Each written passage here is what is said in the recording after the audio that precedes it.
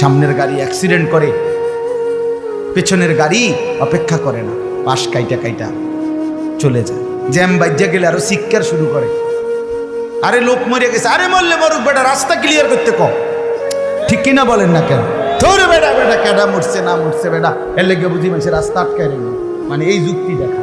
তাহলে কেডা মরছে না মরছে মানে তোর মতো এক মানুষ মরছে। ঠিক কিনা বলেন না? তোর মতো এক সুস্থ সবল মানুষ মরছে বেটা, যে একটু আগে হাত নাড়তো পা নাড়তো, সেই মানুষটা এখন রক্তে ভাসতেছে বেটা। পাত্তাও নাই, কিসের সময় কার হাতে সময়? সবাই মেশিনের মতো যন্ত্রের মতো দৌড়াইতেছে।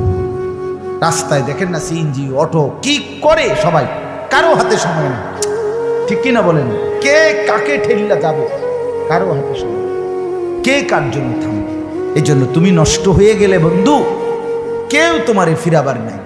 তোমার জন্য ভাববে কেউ, ডাকবে কেউ, কাঁদবে কেউ নাই।